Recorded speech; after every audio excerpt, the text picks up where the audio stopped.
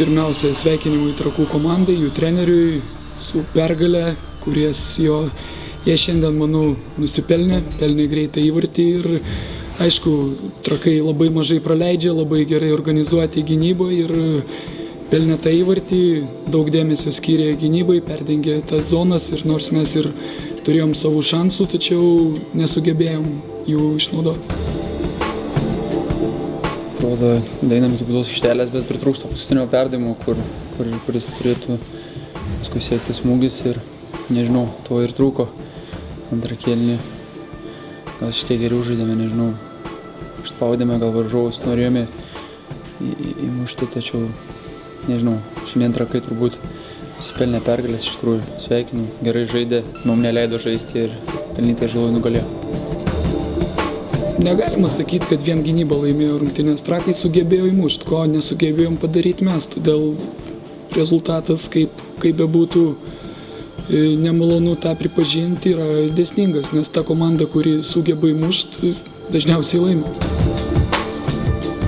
Ir pirmą kėlinį, ir antrą kėlinį buvo tikrai atkarpų, kada ir buvo tempas ir intensyvumas, ypatingai su kamuoliu, tačiau visas rungtynės trūko galbūt aštrumo, trūko aštresnių perdavimų baudos aikštelė, nes sukurdavom tokius momentus, kada galima kamuolį įvesti ten, tačiau tai jis eina tiesiai vartininkui, tai jisai per aukštas, tai jisai per žemas, tai jisai netikslus, todėl iš tikrųjų turim žiūrėti kiekvienas į save ir dirbti ir gerinti savo žaidimą, nes šiuo metu šiandien Trakai buvo stipresni.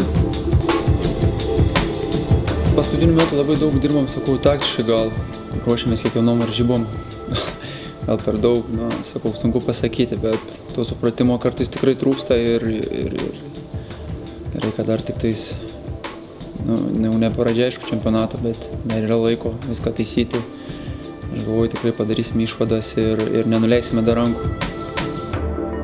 Kartais tai yra traumos, kartais yra žaidėjų forma, tas pats Elivelto šiuo metu šiandien kaip tik buvo leidžiama injekcija, dėl ko jisai negalėjo rungtyniauti, tai visą laiką didžiuojamės tuo, kad turim gan nemažą žaidėjų pasirinkimą, todėl kiekvienas iš jų gavęs šansą turi įrodinėti, kad yra vertas žaisti šitoje komandoje.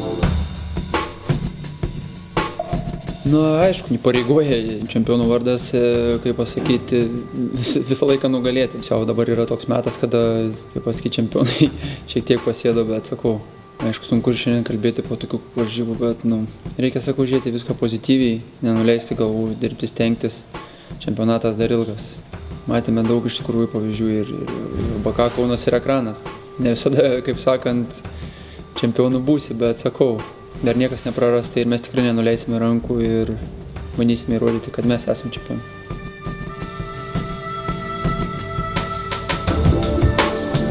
Aš manau, kad žaidžiant už tokią komandą ir už tokį klubą, tiek treneriam, tiek žaidėjam, ta įtampa, jinai ateina savaime, nes tu ateini tam į čempionų komandą. Ir tada, kai tu ateini į ją, tai tu neturi laukti, kad tave kažkas padarys čempionais. Tu pats turi padėti tai komandai tapti čempionais. Ir mes kiekvienas rungtynės einam į aikštę laimėti. Ir aišku, kai tu eini tokio rezultato, tai sukuria papildomą įtampą, bet būtent todėl ir stengiamės rinktis tuos žaidėjus, kurie yra lyderiai savo komandai, kurie gali duoti kažkokią naudą, kurie yra geriausiai. Todėl jeigu tu esi profesionalas ir tu nori žaisti kažkokiam geram lygiui, tu turi tvarkyti su ta įtampa. Ir dauguma mūsų žaidėjų akcentuoja, kad jie nori pereiti aukštesnį lygį, aukštesnį čempionatą, aukštesnius klubus. Todėl aš nemanau, kad kažkur didesnės šalies čempionate ta įtampa bus mažesnė. Todėl tai yra darbo dalis.